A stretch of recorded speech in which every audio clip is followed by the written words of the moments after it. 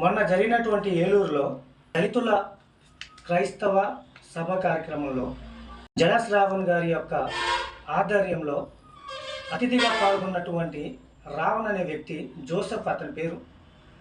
ఆ వ్యక్తి కేవలం పవన్ కళ్యాణ్ గారిని తిట్టినందుకే అవుతున్నాయనేది లేనిపోని అపోహలు జనాల్లో పెరిగాయి. అలాగే రావణ్ అనే వ్యక్తి హిందువుల యొక్క దేవుళ్ళ రాముణ్ణి, సీతాదేవి, మహాభారతాన్ని, అలాగే సనాతన ధర్మాన్ని, హిందువుల భక్తుల యొక్క మనోభావాలు దెబ్బతినే విధంగా ఘోరాతి ఘోరంగా అసభ్యకరంగా మాట్లాడడం వలన అటువంటి కేసులు వేయడం జరిగింది. ముఖ్యంగా ఇలాంటి దరిద్రపు ఎదవని అతిథిగా పిలిచినందుకు జయశ్రావణ్ గారు గతంలో 2019లో ముందడుగు ప్రజా పార్టీ అని పార్టీ పెట్టి 2019లో విజయవాడ ఈస్ట్లో పోటీ చేశారు. ఆయనకు కేవలం వచ్చింది 136 ఓట్లు. 2024లో ఆ ముందడుగు పార్టీని వెనకేశాడు.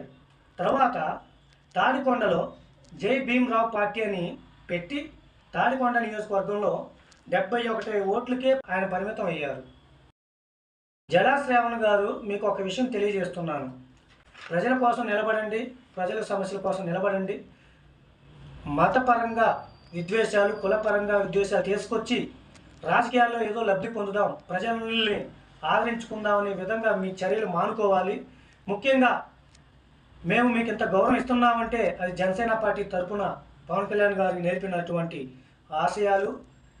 దయచేసి రాబోయే రోజుల్లో కూడా కులాల పరంగా కానీ మత విద్వేషాలు కూడా ఎటువంటి చర్యలకు పాల్గొనకూడదు. మతపరంగా విద్వేషాలు తెచ్చే వారికి మీరు సపోర్ట్ చేసే విధంగా చర్యలు ఉంటే ప్రజలు మిమ్మల్ని ఖచ్చితంగా వ్యతిరేకిస్తారు. ప్రజల్లో మీరు ఆదరణ పొందలేరని తెలియజేస్తున్నాను.